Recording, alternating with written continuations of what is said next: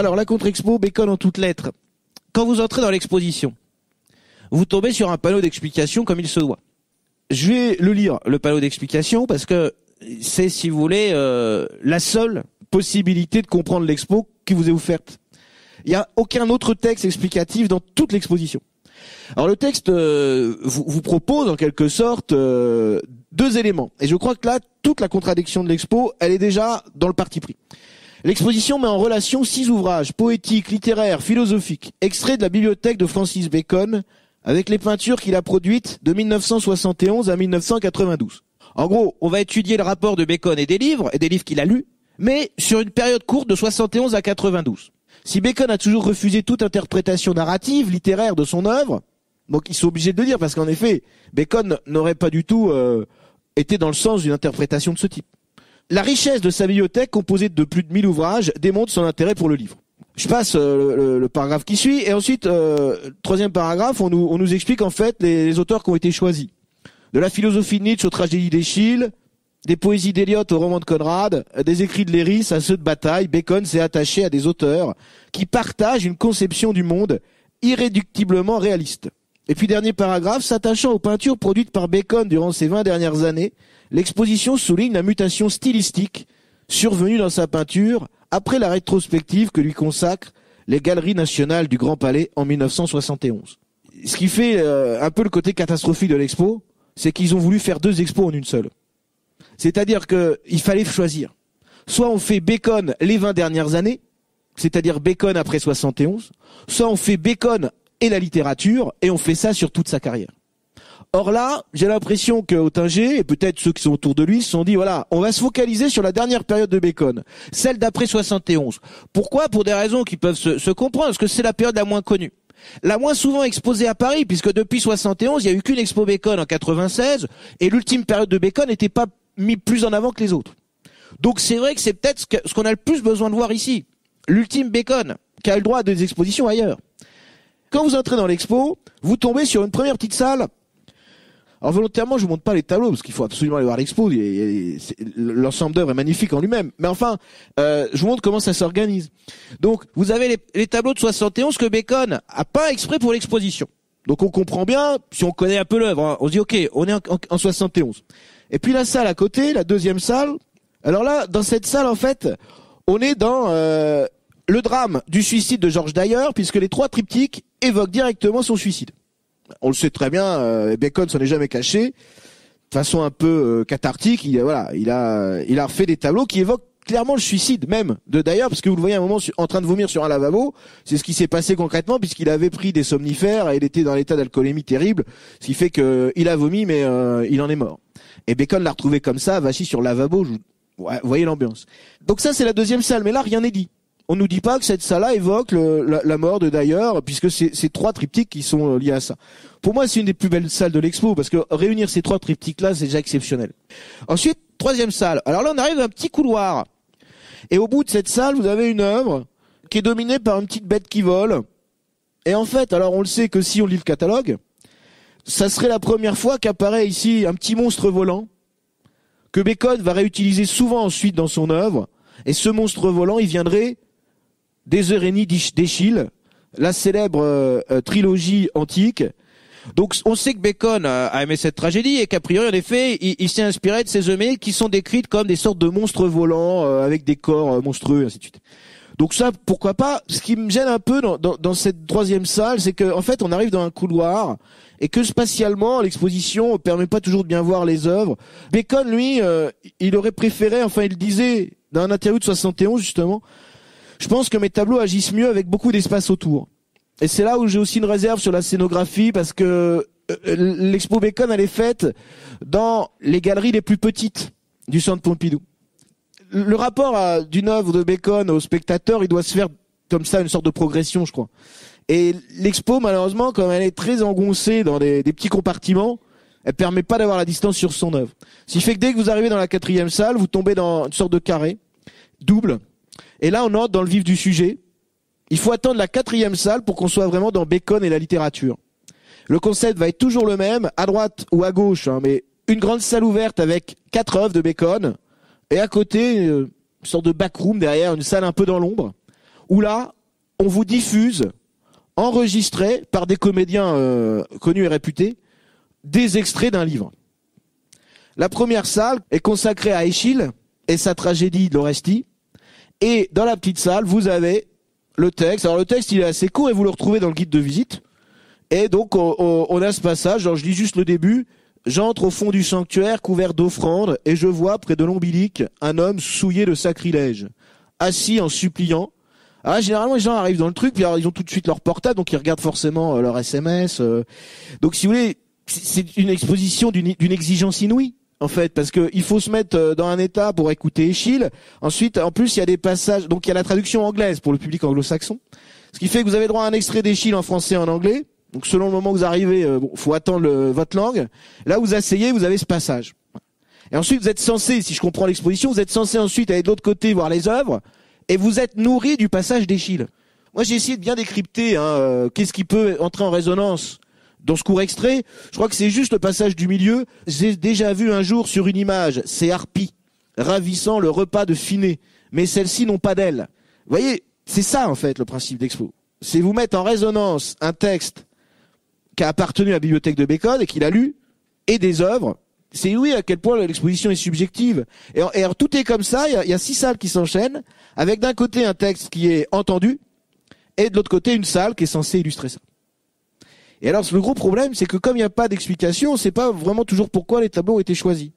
Si vraiment vous êtes béconien, si vous aimez la littérature, eh bien, peut-être que vous pouvez vivre une expérience d'une intensité inouïe.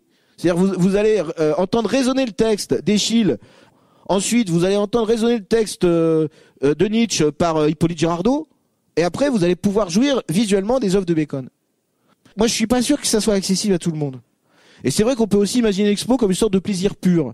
Et peut-être qu'elle plaît d'ailleurs pour ça à certaines personnes. Parce qu'aujourd'hui, il y a plein de gens qui ont envie de voir des images et qui n'ont pas envie de s'embêter à connaître la vie de ce gars-là. Et les jeunes notamment, je pense que ça leur plaît parce ils voient l'étoile, ils disent oh ouais, c'est chouette ce qu'il fait, ils ressortent. Ils ont rien appris sur l'homme, mais ils ont vu ses œuvres. Et peut-être que Bacon, ça lui aurait peut-être plu ça d'ailleurs. Parce qu'ils s'en fichaient qu'on explique sa peinture. Ils trouvaient ça pas mal qu'il y ait des gens qui ont envie de la voir, mais c'est tout. Je crois aussi peut-être qu'il y a cette idée de faire une ambiance baconienne. Vous voyez, vous êtes enfermé dans une salle, comme tous les personnages de Bacon. Peut-être qu'ils ont voulu ça dans la scéno. On vous enferme dans une salle, vous écoutez un truc, et après, vous allez avec les personnages de Bacon enfermés dans leur peinture. Et alors, on en vient maintenant quand même à essayer de comprendre le rapport de Bacon aux lettres, parce que c'est pas non plus complètement farfelu, bien sûr, cette idée-là. Est-ce que Bacon s'est nourri des lettres? S'est nourri des livres, pour être plus exact. Oui, incontestablement. Mais là, je prends un exemple du catalogue. Le problème, c'est que comme ce que je vous ai montré avant, tout ça a été toujours digéré par l'artiste et rien n'est direct. Dans le catalogue de cette exposition dont je vous parle, Pépiat a écrit un article et voilà ce qu'il dit dans l'article. Il s'avère difficile d'établir des correspondances entre des passages précis du poème dramatique et des motifs tels que les coupes sur les volets latéraux, dont un étonnant couple de femme à gauche, semble-t-il, ou les traces flagrantes d'une scène violente sur le panneau central. Comme le suggère un auteur, on peut penser que le triptyque évoque le poème de manière détournée, bien plus qu'il ne l'illustre concrètement. Et c'est là où, évidemment, on est dans une sorte de paradoxe, c'est qu'on a une exposition sur Bacon et les lettres, mais qu'en effet, de toute façon, on ne trouvera jamais un tableau qui illustre directement une œuvre littéraire, parce que Bacon ne supportait pas la notion d'illustration ni celle de narration. Là, quand même, on voit très bien que Pépiat, il a essayé de rentrer dans le sujet. Et à un moment, il dit, les sujets littéraires et épiques continuent de retenir l'attention de Bacon pour des peintures comme Oedipe et le Sphinx d'après Ingres, de 83. Encore un immense paradoxe. On parle de quoi, là? On parle d'un tableau qui, dans son titre, évoque une image. Le tableau d'Ingres. Bacon, ici, s'est inspiré du tableau. C'est pas le mythe littéraire qui l'intéresse. Donc, vous voyez, on est obligé de tirer par les cheveux des sortes de rapprochements avec la littérature. Il y en a quelques-uns qui fonctionnent très bien. Et incontestablement, en cela, l'œuvre la plus judicieuse, c'est l'œuvre que vous voyez là. Triptyque inspiré par le poème de Thomas Eliot, Sweeney agoniste. Sauf que, là aussi, il y a un truc qui cloche, c'est un tableau de 67. Or, on était censé avoir dans l'expo que des toiles d'après 71. Donc, vous voyez comment, en fait, tout ça est un flou artistique ou un flou scientifique sidérant. Il s'appelle inspiré par le poème de Thomas Eliot, Sweeney agoniste, ce triptyque, parce que les galeristes de Bacon en avaient marre. À chaque fois qu'il leur livrait un tableau, il s'appelait triptyque. Alors vous imaginez, pour les vendre, ils ont cherché les sous-titres. Et Bacon a dit, ils m'ont demandé d'où venait le tableau. Alors je leur ai dit, en ce moment je suis en train de lire Souvenir agoniste d'Eliot, qui est une sorte de poème dramatique assez court, qui est pas du tout illustré par le tableau. Donc en effet, au moment où il fait ça, Bacon lit le poème, d'où le sous-titre qui est là. Vous voyez que le rapport, en fait, il est complètement indirect. Et en fait, si vous voulez, ce qui est clair, c'est que chez Bacon, la littérature est une sorte de stimuli, une excitation. Il lit Oreste, l'histoire d'Oreste, il lit un poème d'Eliot, et voilà, la littérature le met dans un état bouillonnant dans son cerveau, et du coup il peint. Mais il ne traduit rien, il n'illustre pas. Les écrivains qui ont le plus influencé Bacon, je crois que c'est Eliot. Ça c'est sûr, il le dit souvent. Toujours le même interview, un petit peu plus loin, Sylvester lui dit « Et qu'est-ce qui vous pousse à faire une figure qui tourne une clé dans une porte avec son pied ?» Illustration à gauche, avec ce tableau qui malheureusement n'est pas dans l'exposition. Et c'est, je crois vraiment là, peut-être la seule œuvre de Bacon qui est clairement une illustration d'un passage littéraire. Voilà ce qu'il dit. Je crois que c'est venu, je ne sais pas pourquoi, je l'ai fait tourner avec le pied. Et que c'est en grande partie venu du poème d'Eliot. Dans tous ses interviews, c'est la seule fois où Bacon cite en regard d'un de ses tableaux un passage littéraire. Et il dit, j'ai entendu la clé tourner une fois dans la porte et ne tourner qu'une fois. Cette peinture de 78, qui est en collection privée, là, elle illustre clairement un passage d'Eliot. À la place, ils ont un tableau sur fond orange où vous avez à peu près le même schéma corporel, mais le pied est remplacé par une main. Donc je pense que c'est moins convaincant. Mais autrement que finalement dans l'expo, parce que c'est un tableau de 82, donc on est dans les bonnes dates. Et puis surtout, c'est un tableau qui, par son titre, renvoie à un poème d'Eliot qui s'appelle A Piece of Vasteland. Je cite le dernier interview de Bacon. J'ai toujours senti que j'avais été influencé par Eliot.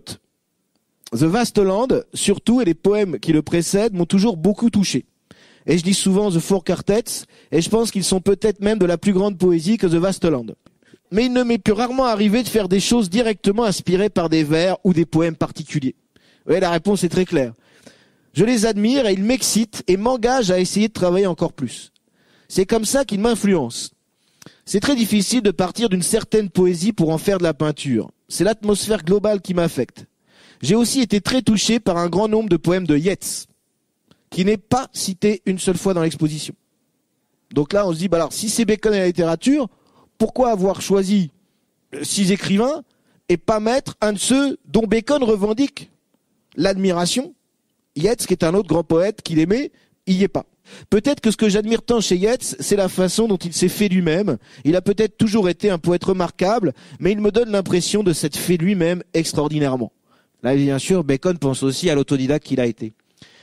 Mais nous parlons des poètes modernes, et on peut trouver tout Eliot et tout Yeats, tout et pratiquement tous les autres poètes dans Shakespeare, qui tout simplement, aussi vaine que la vie puisse être jugée, la vivaient comme personne n'a jamais été capable de le faire. Et en fait, on voit très bien dans toute la fin de cette interview que l'écrivain que Bacon admire le plus, avec Eschyle, c'est Shakespeare. Et Shakespeare n'est pas dans l'exposition. Et notamment, les 2 pièces qui ont beaucoup marqué Bacon, c'est Macbeth, avec les sorcières, et Richard III. Les 2 pièces les plus sanguinaires quasiment de Shakespeare. Et on sait que Bacon les relisait. J'en veux pour preuve que la fin de l'interview, je vais pas tout lire, mais il dit je veux dire, quoi de plus cynique que Macbeth à la fin, avec 2 mains, 2 mains et 2 mains? Voulez-vous que j'aille vous le chercher? Parce que j'étais justement en train de le lire aujourd'hui, et je me disais, eh bien, c'est encore vraiment le résumé le plus extraordinaire. Si on fait Bacon et les lettres, pourquoi avoir choisi 6 auteurs qui sont a priori pas ceux qui sont mis en avant par Bacon? Eh bien parce que c'est ce qui est dit dans le texte d'explication, parce que c'est une construction intellectuelle du conservateur de Pompidou, qui est sûr que Bataille et Bacon, c'est une sorte de même famille, donc on va les mettre en écho. Dans le livre Découverte Gallimard de Domino, ce qui est intéressant, c'est de voir qu'il y a un extrait du poème de Yeats, qui a beaucoup influencé Bacon. Donc ça veut dire que quand d'autres, parce que c'est pas la première fois qu'on signale que Bacon est inspiré par la littérature, dans d'autres livres c'est fait. Mais dans d'autres livres, on signale souvent Eliot, Shakespeare et Yeats. Et donc il y a 2 auteurs importants qui ne sont pas présentés.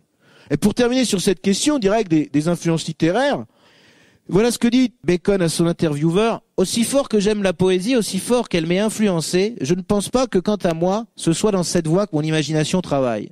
Je ne pense pas que j'aurais pu être quoi que ce soit d'autre que ce que je suis, un peintre. Et c'est peut-être ça, en fait, qu'il faut jamais oublier. Et c'est peut-être aussi ce qui sauve l'expo, quelque part. C'est que, Bon bah soit vous rentrez dans le truc et puis vous écoutez des textes qui vous passeront peut-être à côté et vous allez voir la peinture de Bacon, soit vous ne verrez que la peinture de Bacon et peut-être que Bacon aurait apprécié qu'on livre sa peinture de façon comme ça directe, sans trop tramer d'explications dessus. Mais encore une fois, la construction qui est faite sur Bacon et la littérature me paraît assez floue, inégale dans les choix notamment. Alors dernier choix quand même à signaler que je mettrai en avant, c'est Michel Leiris. Il est, lui, totalement judicieux, plutôt pour des raisons humaines que littéraires, puisque Bacon et Leiris, vous les voyez ici en photo, se sont rencontrés en 1965 à Londres, lorsque Leiris venait de préfacer l'exposition de Giacometti.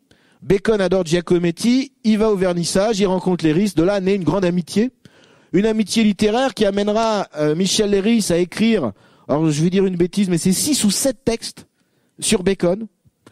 Très intéressant, assez intello, un peu dur d'accès, faut être honnête, parce que Leiris a une écriture un peu proustienne, donc vous savez, c'est des phrases à 20 lignes, quoi.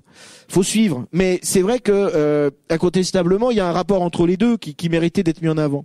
Ce qui est dommage, en revanche, c'est que dans la salle consacrée à Michel Leiris, il y a l'œuvre de gauche, qui évoque la tauromachie, tout simplement parce que Bacon a beaucoup apprécié un livre que Leiris lui envoie. Juste après leur rencontre à Londres, Leiris retourne en France et il envoie comme cadeau à Bacon par correspondance son dernier livre, Miroir de la tauromachie. C'est un livre qui a fasciné Bacon, notamment parce que dans ce livre, en fait, Leiris fait un parallèle entre la création littéraire et le toréador. De là naît le tableau de gauche, il est présenté dans l'expo. C'est la deuxième version de la corrida. Le tableau du centre, il n'est pas venu. Il servait d'affiche à l'exposition du Grand Palais en 71. Problème, ils sont faits en 69. Donc juste avant la chronologie qui est proposée dans l'expo. Ça aurait été bien de mettre les deux dans une salle consacrée à Leiris. Et puis surtout, et ça n'est même pas dit dans l'expo, comme il n'y a pas de texte d'explication, Bacon a tellement été fasciné par le bouquin, mais c'est la seule fois, ou l'une des très rares fois, que Bacon acceptera de faire des illustrations pour un bouquin. Illustration que Leiris ne verra pas, puisque l'édition illustrée avec 4 lithographies que vous voyez en haut, enfin il n'y en a que 3 là, 4 images qui sont tirées des tableaux, Leiris va mourir juste avant la publication du livre, mais Bacon a illustré le miroir de la tauromachie. Si on parle de Bacon et les livres, on aurait peut-être pu, vous voyez, faire une petite vitrine et puis mettre ça dedans. En guise de vitrine à la place, en fait, les livres sont mis sous boîte comme ça. Donc ils sont présentés, alors c'est les livres qui ont appartenu à Bacon, vous voyez qu'ils ont vécu, hein. Rappelons-le, c'est vrai, comme on a fait l'inventaire de la bibliothèque de Bacon, il a été possible du coup de réutiliser les livres et de les présenter. Et donc, les écrivains qui sont choisis, c'est pas les écrivains, c'est les livres. Eschyle Oresti, dans la salle consacrée à Nietzsche, le livre qui est placé sous vitrine, c'est Humain trop humain. L'extrait qui est lu, c'est un extrait de La naissance de la tragédie, un autre livre de Nietzsche. C'est-à-dire qu'on vous met un extrait de livre qui est pas celui du livre qui est présenté. Après, il y a Eliot, ça je pense que c'est bien, Leiris c'est bien, Joseph Conrad au cœur des ténèbres, bon, le parallèle est un peu poussif, et puis Bataille, l'expérience intérieure.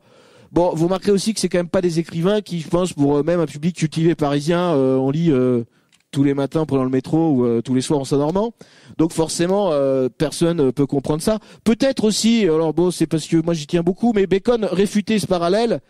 Peut-être que si on creuse Bacon et la littérature, le parallèle qu'il y a à faire avec le théâtre de Beckett méritait au moins d'être peut-être évoqué. Dans le livre de Pépiat, qui est la biographie qui fait référence, il y a 3 passages où il cite les parallèles avec Beckett.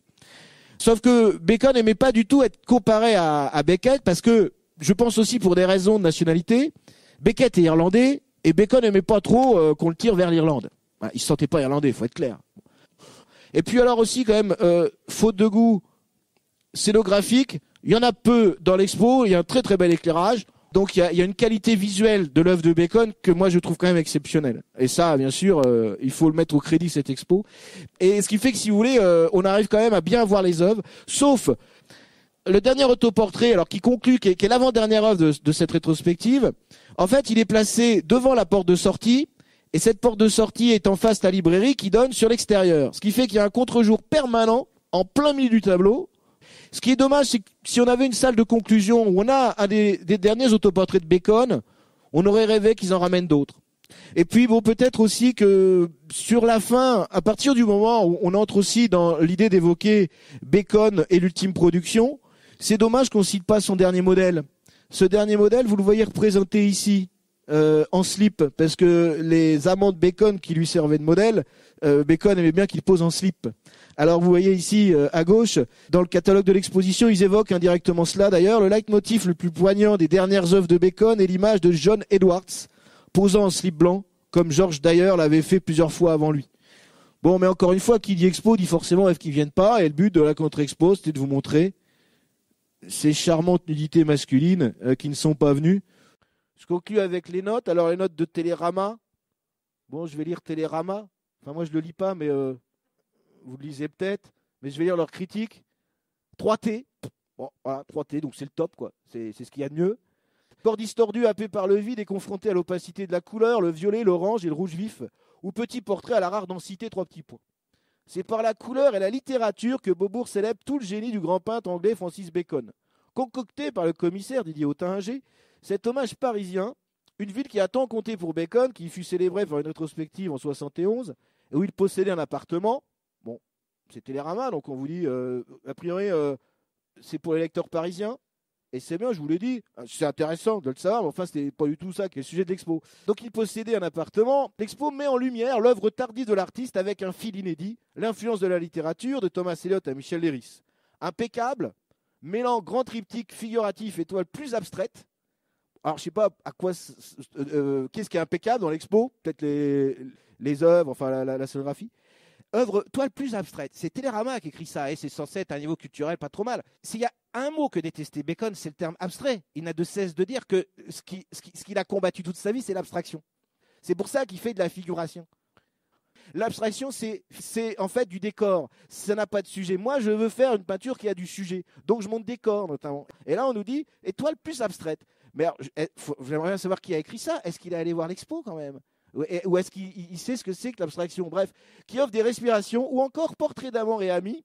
Ce rendez-vous de peinture charnelle est une merveille. On réserve sur Internet pour la voir et on met 3 étoiles. Bon. Alors moi, je mets note de la contre-expo. Pertinence scientifique, j'ai mis 10. Ça vaut moins, je pense.